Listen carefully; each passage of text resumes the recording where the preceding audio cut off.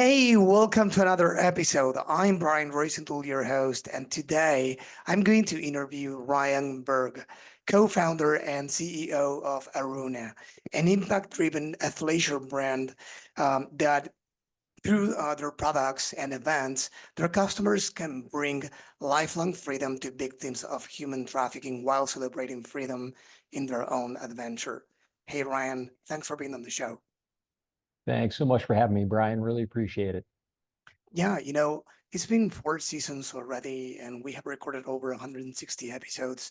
But this is a special one, and I have never had something like this before. Typically, with when companies come on the show and say they have a mission, it's a legit mission. Of course, it's really noble, and it's something they are passionate about. But this one is really deep. So I would love for you to, if you want, to tell the audience more about it. Sure, absolutely. Uh, yeah, sex trafficking is a challenging topic for a lot of people to discuss, and certainly for a lot of people to hear. For some people, they're completely unaware that it happens. For others, they're far too familiar with it if they have lived experience. And so Aruna, essentially what we do is we combine the best of nonprofit and business together to create lifelong freedom for victims and survivors of human trafficking. And so I'll back that out a little bit, give it some context, and then share a little more specifically. So globally, human trafficking is a significant issue. It's, some estimates put it at 50 million people globally. And yet there are certain countries where multiple factors sort of coalesce to create an environment where human trafficking thrives. And typically underneath human trafficking, there's particular types. And the particular type that we work in is specifically sex trafficking. And within that segment, it disproportionately affects women, and specifically younger women who are in socioeconomic settings that proved to be much more difficult for them. And so once we learned about this, once we learned about what was taking place, and I spent a lot of time in some of these particular areas doing a lot of research, some of the staggering statistics that came out were the re-trafficking rates being extraordinarily high, sometimes as high as 75% of women that were freed that were being re-trafficked after having been freed. And so we decided there's got to be a better way to actually try and create a sustainable freedom pathway. And, and we knew that we're entrepreneurial, knew the way that we're wired. We thought there should be a business outlet or a business avenue where we can attack this problem using business. And so that's what we set to do. We set to basically learn the problem as much as we possibly could, and then actually try and create a solution that was driven by an economic engine built on business. And so through the nonprofit side, we have outreach centers in multiple red light areas. We create the pathway of freedom that way. And then we have an apprenticeship program where we do trauma counseling and skill and trade development, transitional housing, all of that leading to employment within the business side, the soft goods manufacturing side. And it's in that business where they have career wages, retirement savings, access to healthcare, ongoing trauma counseling. But the key point is that they are producing a product that can compete in the open market, even if no one knows the entire backstory.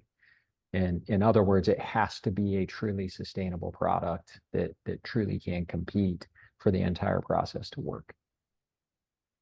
That's really deep. So it was first, it came the nonprofit, the cause, everything you do, and then the business is a mean or a vehicle to sustain, to give them a home, let's say, to give them uh, jobs and a purpose, if you want, as well, even if the customers are not aware of the whole story.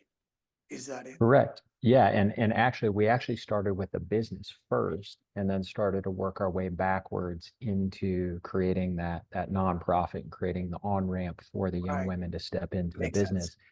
And part of the reason was, and this is what's really exciting, Brian, is we've actually seen that re-trafficking rate being that 75%.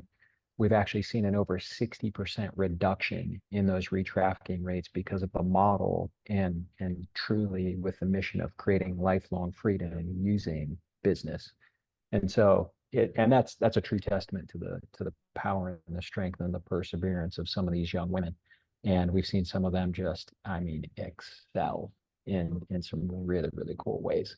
And what's been fun is at the same time as we're designing product to truly compete and to meet a customer need, those customers, once they learn about who's made the product and what the impact of that product is, that has significantly impacted our lifetime value of the customer. I don't think I interviewed them on the pod, but I definitely worked with a brand that they were manufacturing belts out of life belts, life yeah, I can say the word, but they were working with refugees, Mm. life jackets, with the straps of life jackets. They were recycling the whole thing and producing belts. I don't remember the name of the brand now. Mm. And that was for them front and center of the brand. Like it was everywhere, even videos, so this is not exactly the same for you, as you were saying before, right? Correct. Yeah, it's challenging because we have a policy that we refer to as ethical storytelling. And so we are not going to use a woman's lived experience within human trafficking as a sort of means to sell a product. Instead, we want the product and the quality of that product and that product meeting that customer need to sell itself. But then as those artisans who are creating the product have said, hey, we feel really confident about this. We love what we're producing. And so they've said, we would love to have signature series. And so what we've actually done is all of our products now have the names of all the artisans who helped to create it in the interior lining of those products.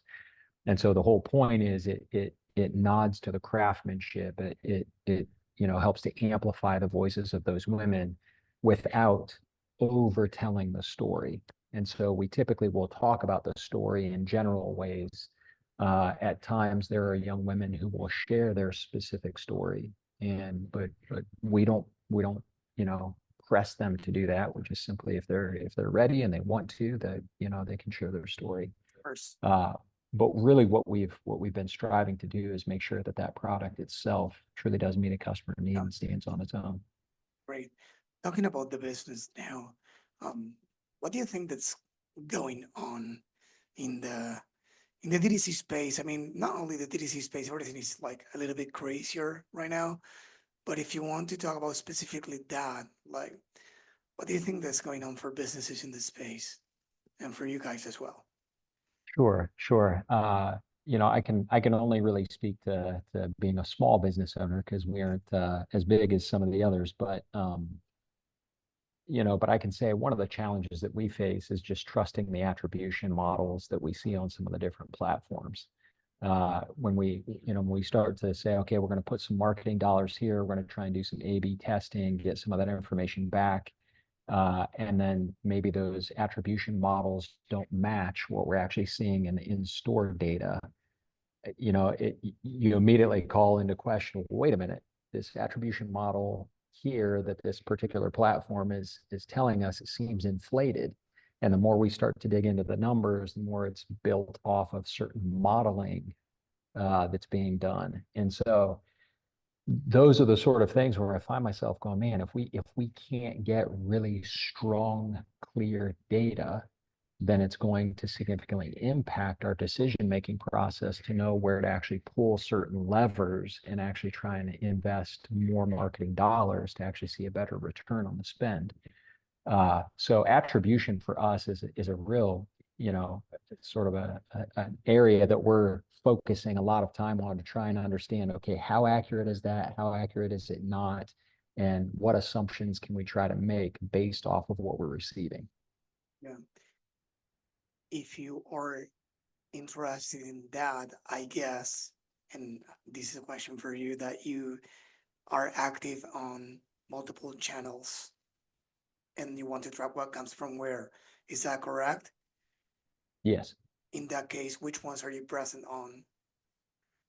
Yeah, so we're present on Google, Facebook, Instagram. We've pressed into some Etsy things and Amazon.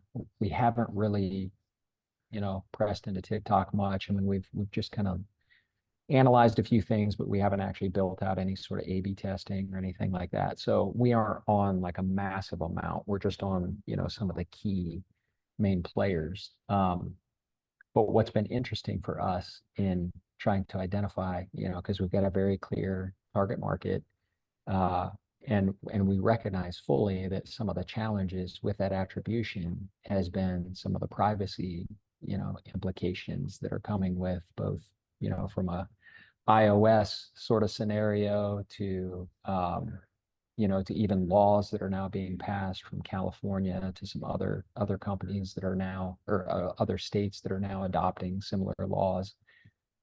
It seems to be that there's a significant sort of upending of the systems that have been created that are built on strong algorithms, and some of the ways that some of this privacy is being handled and some of the way that the attribution is getting changed and adjusted seems to be affecting Yeah. in my eyes, some of the trustworthiness of the data. Yeah. So if you want, let me give you my 2 cents for you and the audience, whoever is, interested in what I'm going to say, which is, I think is Yeah. everyone, everyone listening or watching probably is spending some kind of money, a lot or not a lot, on ads. And for everyone, like, this is, even if it's not ads, attribution affects more channels as well. This is driving all of us crazy. And it comes from, keep in mind that this comes from someone with a background in computer science. So I'm all about tracking data. So this is what I do and what I've been doing since 2013, at Hmm. least marketing, right? And when this happened in 2021, it was like, what's going on? Hmm. But then it was and still is, but it isn't at the same time, because we try to, first we need to work with what we have, and second we need to start understanding some things about attribution. Attribution, to me at least, and everyone, I try to tell them the same thing every time I talk about this with people, is that, you know attribution depends on the what comes from where, depends on the lenses you put on, right? First touch, last touch, weight touch, or whatever. It's like, who told you to watch this movie? Was it the first person, the second, the third, the fourth? Well, the first told you that, I don't know, Julia Roberts or Bruce Willis is in the movie. The other one told you it's about fight. The other one told you that won an Oscar. So probably was a combination of things, or it was one of them that moved the needle for you because you were interested in Bruce Willis or in movies that won an Oscar or something. So we never know, but on average, it is said that there are 12 touch points in the user journey, Hmm. 12 touch points. So trying to know exactly what comes from where sometimes, and even more in this era, could be like chasing the sun. Trying Hmm. to chase the sun is not, that doesn't mean we shouldn't track, but it means that we should probably ask ourselves different questions to find answers that we can find these days in these attribution platforms. I've used multiple of them, even server-side tracking to feedback, Facebook and Google, etc., with data. But that doesn't change. We need Hmm. to understand which questions to ask ourselves and try to not make the day-to-day decisions based on the numbers we see there. Like, oh, the ROAS of this campaign on Facebook is 2, and on this platform is 1.5. Let's turn it off. It's like, because it's Sure. one. It's like those. This is probably not the way we should measure things. And I know it's tough. Yeah. The way we work that is different, right? Hmm. So, for instance, if I ask you, what exactly do you look for in these tools? And what would change, like, really, for real, what would change if you saw a 2.5 ROAS instead of a 2.2? like Mhm. on the platform, right? What would really change if you had that precision or that accuracy on the data? Yeah, it's an interesting question because for us, we think a lot about that end customer and we think a lot about our target market. And we're just having a conversation about this on Monday in terms of how does that affect our communication? How does it affect our, content creation? And then the whole way back to even how does that affect our design process and what we're actually designing and creating for that particular customer and what they need. Uh, and so it's interesting because the changes that you're talking about and even that attribution to get a little bit of, those 12 touch points to be able to understand that, okay, did that come from Facebook or did that come from Google? Um, can be valuable, but I think for us, the most valuable thing is truly understanding who is that end user, who is that end customer, and what is the best way to create a product that truly meets their need, and then communicate about that product to them. Uh, and for us, that's where we get really excited. We get really excited with that sort of direct customer interaction. Yeah, it's interesting because this is forcing us. I mean, everything that happened, the iOS, the audience is being broad or broader when it comes to creating a campaign. This is forcing us to level up the marketing because the Mm. the field is even for all of us. It's not about the I used to have in my like remember, please keep in mind 2013 and then it evolved. So I used to Sure. have like my audiences saved in a notepad or a spreadsheet. So whenever I used to work, I don't know, for local businesses or realtors or brokers and e-com as well in different so if it was beauty, I have like the beauty magazines, the beauty blogs, the beauty brands. So I used to have like my own saved audience in my toolbox. So whenever the brand, whenever we onboarded a brand, it was like plugging those, and typically those worked really well. So it was like this is my know-how, and the same was for every other agency. It was that. Now it forces us to go find the data with what I think we should have always done as marketers Mm. and brands, which is go ask the customer through post-purchase surveys, calling them. I interview like eight-figure brands here, and the CEO itself, like himself, call customers and ask them many questions to understand what they want. And sometimes it's not even that. Or aside of that is having a community and engage with them on an ongoing basis. BattleBox, eight-figure brand as well. I recently interviewed John Roman, the CEO. They called their lapsed customers. So if somebody didn't buy for the last 100 days or so, I think he said, they called them. So brands are truly going the extra mile. Maybe Mm. what again they should have done like all along, because it's what truly matters, as you said. I in the end, what matters is what do they want? Who are they? Who are they buying for?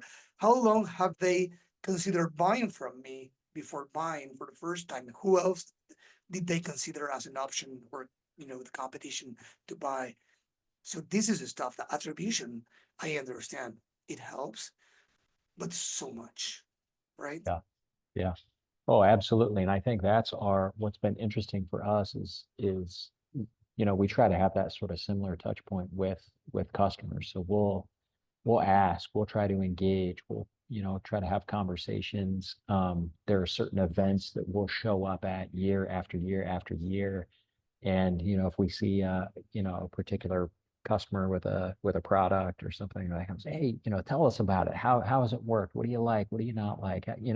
Just to simply try and understand as people are engaging, whether it's for a month or whether they've had the product now for 2.5, 3 years, what it is about it that has kept them and what it is about a particular design or style or features that they truly value. And for us, that's, I mean, we just, because we don't want to create things that are just kind of, quick sort of, kind of a flash and then they're gone. Because of the mission that underlies our product, we want to make sure that we're creating longevity and evergreen products as best we possibly can. and create a customer base that's going to be with us as long as we possibly can, so that we can ensure we're creating that lifelong freedom for the survivor as long as we possibly can. So for us, there's a lot at stake to make sure that we're creating, meeting that need that the customer has. Right. It makes sense. But yeah, this is what I always try to tell, every brand I speak with, attribution is important, but don't let it, Hmm. absorb you if you want in a way, or don't let it be your end goal or a trap that you fall into and you forget about the fundamentals or everything else that you could be getting. Because yes, it's important, but again, in the end, it's not Google got this sale or Facebook or whatever. It's a combination, and in Hmm. the end, the message is important. You will see the needle moved positively or negatively if you see that something is working or not. So yeah, everything is important, but it changed definitely. But again, I think in a good way. If everything was like 100% accurate, because it wasn't, it was never like that. But if it was, let's say, more accurate, probably we would have never started to ask ourselves, hey, should Sure. we probably ask our customers more things? Should we analyze different patterns, behaviors? But yeah. Yeah. So talking about retention, yes, sir, you wanted Mhm. to say something? No, I was just going to ask you a follow-up question on that Oh, about that's good. Right. uh, uh, about as you're seeing some of the things, some of the trends that are happening and things like that. Are there things that you're seeing on the horizon that you think are going to help improve a brand's ability to have some of those direct engagements with customers? You mean direct engagements like calling them?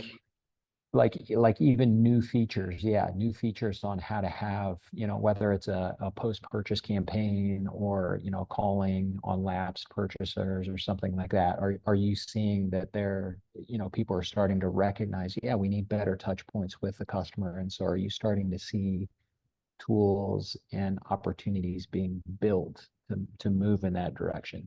That's a great question. Well, the uh, for post-purchase surveys, there are a few tools already, no commerce and some others, that help, brands understand what people, it's all about the questions we ask, right? Hmm. Those are tools. Then communities as well, back then it was probably mainly Facebook groups. Now there's this platform called School, SKOOL. I'm in some agency communities, in e-commerce communities, not in any brand community yet, but I'm sure there are others. I think they are in Discord or Slack. I'm in some Slack communities as well. So platforms to build communities, yes. Then probably some tools for CX, customer success.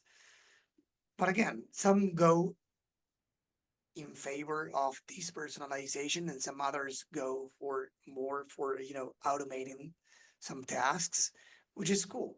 It's part of Hmm. the these days reality, but we don't need to go to the other end and automate so much that we lose the personal touch. What I see in that direction is more and more founders, and if the founder doesn't want to do it, somebody else, but within the company, not an agency, nothing like that, producing content. Hmm. The other day, even BattleBox, they some brands think that, or many brands these days think that what will cut it for them will be UGC, will be paying some actors or AGC, actor generated content, and that will cut it. It's not the case for many brands anymore. Many people claim UGC is dead. I don't think it's dead, but I think that people can already tell that it's being faked.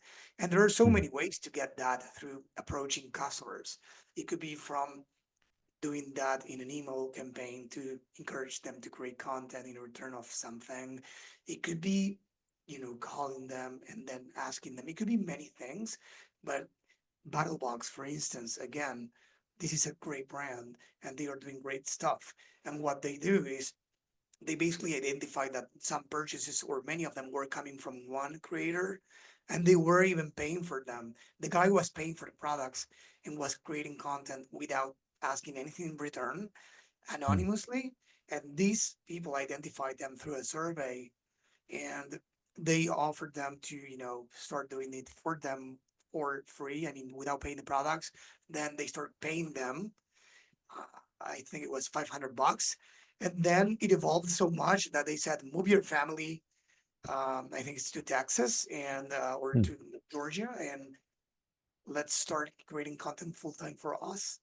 It was a customer, a cash paying customer. So you don't Wow. know where to start looking for, creators. Look Yeah. within your customer base. Yeah. Yeah. Do you think, I'm curious too, just with sort of culturally where things are moving, do you think that some of the younger, and when I say younger, I mean, maybe like the 20-year-old segment up to maybe like maybe 30-year-old segment, do you think that that customer segment is, and I know this is a generalization, but do you think that there's so much of a value for authenticity that the idea of um, more of the sort of paid ad sort of spokespersons sort of things are less appealing, and instead they actually want to see a little bit more of that authenticity, like this particular person who's a customer creating things because, hey, I use it, I love it, and that's the genuine truth. I'm not getting paid to say that. Yeah. So I definitely believe that, and even more, I think they want to be entertained, educated, or I think there was one more I don't remember right now, but it's one of those two, at least the one that I can Mm, remember.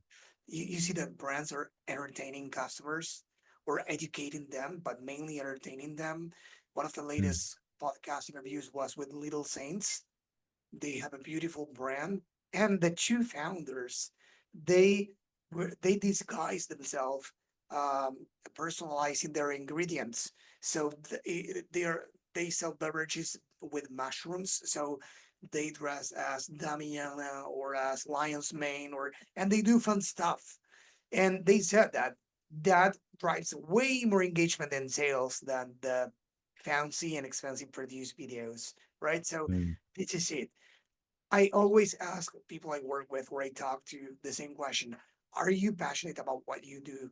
And do you think that you can, people can benefit, your customers can benefit from what you offer? If the answer is no, well, what are you doing? But if the answer is yes, which is typically the case, then why don't you go out there and, mm, raise your voice, build awareness for yourself? If you truly believe you can help more people and people can benefit from what you do, go there and say it out loud, record content, entertain, sell it. That's the way. Brock Mamoser, founder of Frostbody, a super successful eight-figure brand. The guy the other day said, I had him on the show, I think last year.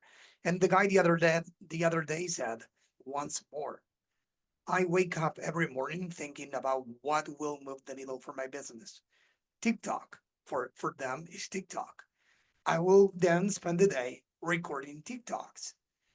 That's today's life of a founder, of a mhm. CEO. When back then they were behind desks. And now Sure. these young founders, 20 something year old founders, they know that that moves the needle for them. So they don't hire an agency to create the content for them. They go ahead and record the content all day long. Mm, Long form content and short form content, both of them. I mm, This is a pattern I've seen with the guests and client all along. Long form content and short form content. And that, my friend, is very difficult to track. mm, All of them mm. organic, Sure, you sure. know? But I mean, it's worth it. Yeah. Yeah. Yeah, it's really interesting because we've seen continued growth in organic side. And one of the things that I'll say to our team is like, okay, it's organic, so I know that we can't track source, but do we have any indicators that we think could be the source of where it's coming from? So it is in the way I look at it, I actually think it's a lot of fun. I think it's trying to learn and create. And I think we've got people on our team that they enjoy the challenge, they enjoy the creative process. Well, I will tell you something because I think this will be very natural for you to digest due to the nature of what you do on the nonprofit side. You do a lot of stuff, great stuff, by the way, um, that is not for profit, right? And you do it anyway because it serves a cause. Well, in a totally different layer and aspect, this serves another cause as well, like boosting your your own organic communication on, let's say, YouTube, TikTok, Instagram, or whatever. That, of course, you want to track it back to results. But even if I told you that it's not trackable, if you feel that that will help you spread your message, keep your Mhm. things the lights on and build a brand, and well, you still gotta do it.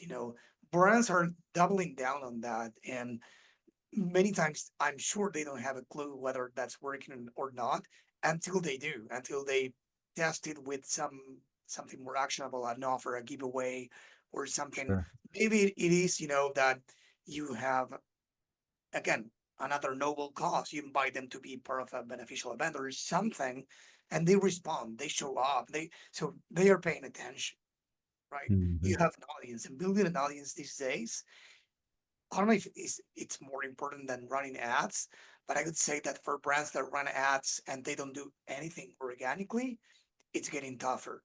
That I Mm. can guarantee that. Brands that don't have an online presence these days, it wasn't like this in 2018 or even 2020 because of the pandemic, but these days, without organic, I mean, at least for presence for a brand, things probably would be way more uphill for Sure. brands.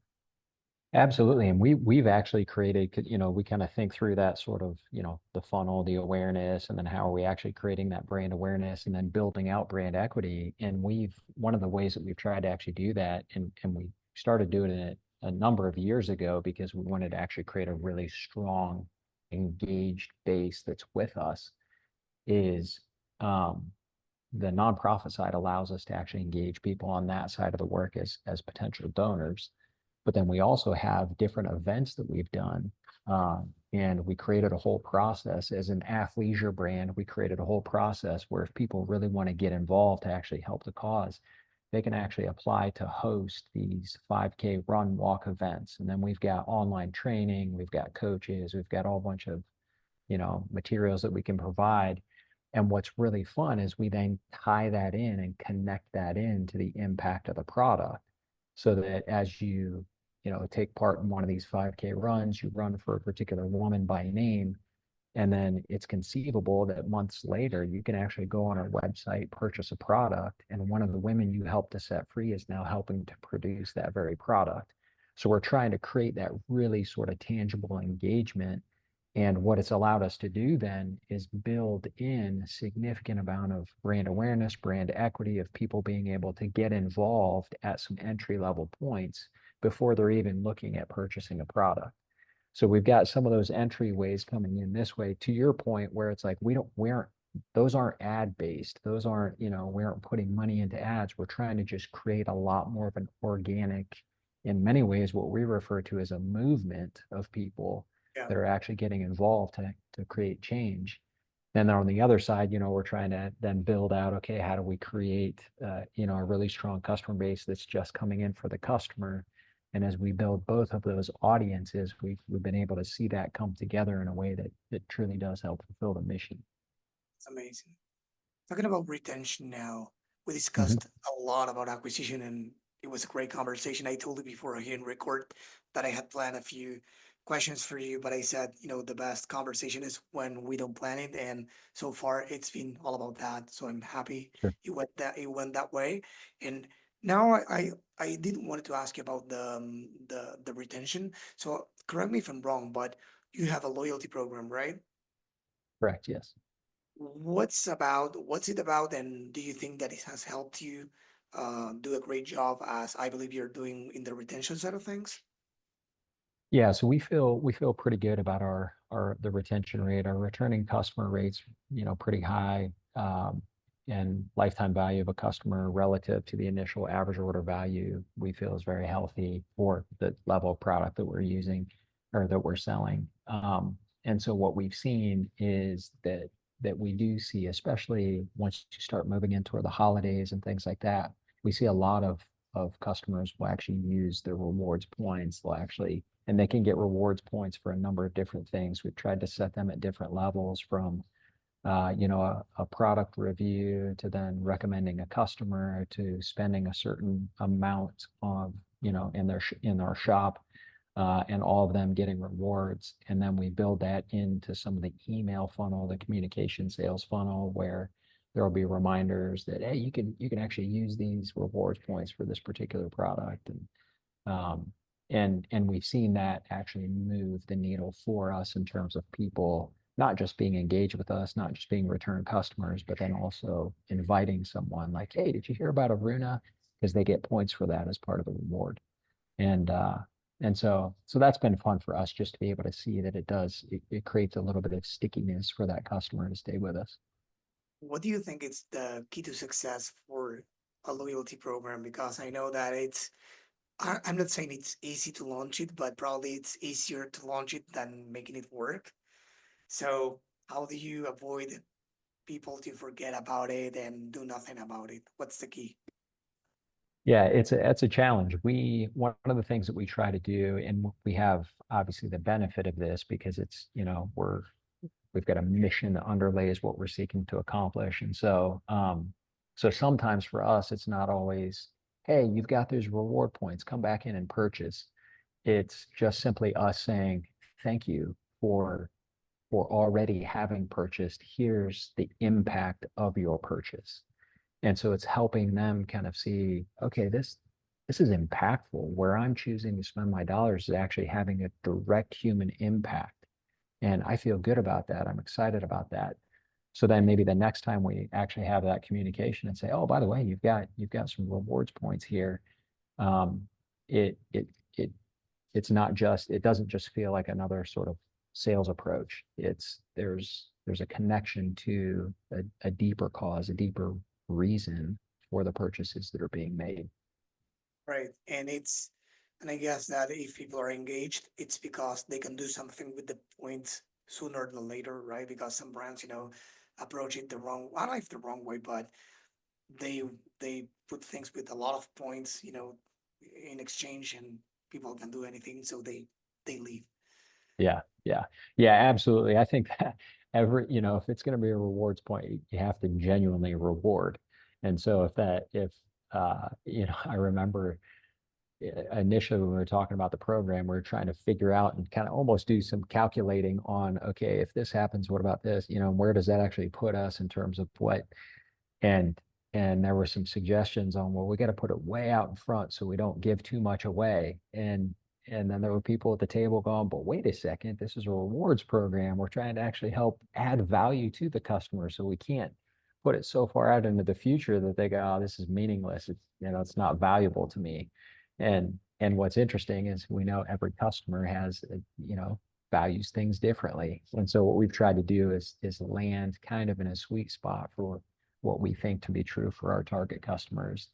And and it's worked in some ways, and then there's other ways where we realize, oh, okay, this for some people isn't that valuable. They come in and they buy things at full price and don't actually even use some of their rewards points, where others actually do. So it's a for us, we love to be able to actually engage with that customer. It gives us just another touch point with the customer related to the reward system. So talking about, measuring stuff, but not with attribution for now, I'm curious, which metrics which metrics are you obsessed with now? And how did that change as you grew the company? Yeah, so there are a couple things for us, and this goes to kind of early on, just the level of product that we had, our initial product offerings, and then how we built from there. Is we knew we needed to start with more of a simple based product, both for the artisans manufacturing it, as well as being able to try and enter into the market, and then from there, once we build out brand equity, to try and see what we can do with price. And so, once we did kind of a competitive analysis, kind of mapped, price, cost, quality, all of those key functions, we knew that we wanted to increase in terms of where we're going with our pricing, or I'm sorry, where we're going with our average order value. Um, because for us, one of the key metrics early on was we knew we were not going to, most likely as a new brand breaking in, we weren't going to be able to be profitable on first sale. So we knew we had to build in lifetime value. And over time, as we've been able to build out that average order value, one of the things that we look at is, are we getting, are we profitable at first sale? And not so dependent then on building out lifetime value, although we want to continue to do that because that's a key function of what we're going after.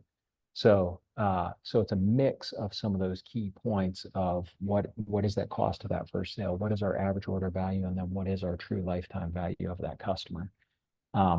Those are all key functions for me. But one that I really pay attention to, quite honestly, is how customers are truly rating our products. That to me is and there's a reason for that. For us, specific to what we do, we knew early on in a lot of testing that there was a bit of a customer dissonance between cause and quality. So we knew that most customers coming into a brand that has an underlying cause behind the product, they immediately question, is this good quality? And if they're questioning if it's good quality and the price is a little bit higher, then they're not going to purchase. So we knew early on we have to make sure that our customers are saying, oh my goodness, this quality is actually far superior to what I anticipated. And so for us, that customer review cycle for us is absolutely key to make sure that we're really driving high quality product to be able to say, yes, we are truly premium athleisure. How do you think that you have tackled that? I mean, how do you make that happen that they've really value the product?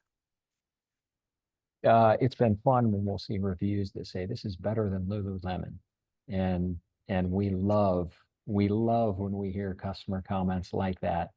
We love when we see customers come in purchasing product and they don't know the backstory and they're commenting on the quality, and then they learn about the backstory and say, "Oh my goodness, I had no idea." So it's those sort of nuances that we absolutely love to hear. And so we actually try to we scrape a lot of those customer reviews. And then we also do some of the, we'll go back, we'll sit down with customers, we'll reach out to customers, we have conversations with customers to really try and understand, are we truly meeting the need that they have in terms of that product? And then we're also trying to understand a little bit more of, are we balancing well between communicating product benefit and communicating mission impact? Because that's a really hard balance to establish, especially if we're just talking specifically online ads, we've got just a moment to capture them. Yeah. How do we capture quality, product distinction or mission impact? Like how do you, so so for us, getting a lot of that customer input is very critical. Amazing. So what's next for Aruna? Boy, Brian, I tend to want to go. And so we've been talking a lot about how do we make sure that we grow at a pace that truly does benefit the women that we're serving. And that's been really exciting for us because what we've seen is there's a really healthy environment and culture that we've been able to create. And a lot of those artisans are saying, all right, let's go. I'm ready to, I want to try and do as much as we possibly can to make this thing grow significantly. And that's been really thrilling for us. So we've basically got kind of a 3-year plan laid out. We've got a 10-year target that we're trying to hit. And that 3-year plan that we've got laid out is a pretty aggressive plan in terms of really growing out the marketing direction of where we're going, telling far more engaging stories. And a lot of that's built on the feedback that we've gotten from our customers. And we've got a couple new products that are launching that are even more elevated than our current lines. And so we're really excited for the direction we're heading. And the whole point, the impact that we're trying to do is continue to try and see more young women freed and employed and empowered. And not just that, but what's been exciting is that impact for every one woman we've been able to see freed and employed and empowered. There's usually a 4x impact on those who are now no longer at risk for being trafficked. That may mean a child who's, sleeping in the particular area where she's being abused. That child is now free. Or it could be siblings that are at risk for being trafficked that are now no longer at risk because of the income that she's earning. And so for us, that's by far and away our greatest metric is are we creating true lifelong freedom, and what is the impact of that freedom? And so the business is a means to get us there. Amazing. Amazing. This was honestly a great conversation, and a very deep conversation as well. We discussed everything, from these stories you brought to the table to acquisition, retention. So you can't complain if you're listening or watching this episode. We had a little bit of everything, so that's amazing. But before you go, I wanted to ask you if you have, as I always ask every guest that comes to the show, if you have any book to recommend to the audience that you love or meant something for you. Yeah, early on when we first learned about this issue of human trafficking, there was a book that I read called When Helping Hurts, written by a guy named Brian Fickert. And he writes from a particular worldview, but he specifically gets into how sometimes really good intended people can actually create systems and processes that truly in the long haul become harmful for the people they're trying to serve. And that was very impactful for us as a brand that's seeking to create significant impact for the sake of these women. And so I just really appreciate Brian's perspective on it. Great name, by the way. Yeah, Mhm. Brian. Yeah, no. Oh, Yeah, of course, yeah. All brilliant men are named Brian, are they not? yeah. So, Ryan, well, yours is similar, Ryan. So it's, Sure, sure. yeah. So, for everyone listening to this episode or watching this, why not? If you are not already on the DTCinsider.com, please make sure to go there, click on the episode, and you will find the show notes with everything that Ryan mentioned, everything we discussed, and why not, of course, the link to the book he mentioned. Ryan, it was a true pleasure to having you here on the show. Thank you for coming. Thanks so much for having me, Brian. I appreciate it. Keep leading the way on this DTC world we live in. Thank you. And before we go, I was forgetting to ask you, wow, where can people go to learn more about you and Aruna? Sure, sure. They can go to arunaproject.com. So it's ARUNA, the word project.com. Amazing. And what about you? Are you on LinkedIn or anywhere on social? Yeah, I'm on LinkedIn, but I tend to take a backseat on a lot of the social stuff. Okay, no worries. Aruna's website it is, again, everyone listening or watching will be in the show notes. Again, Ryan, thank you for coming. It was a pleasure. Awesome. Thanks, Brian. Appreciate it.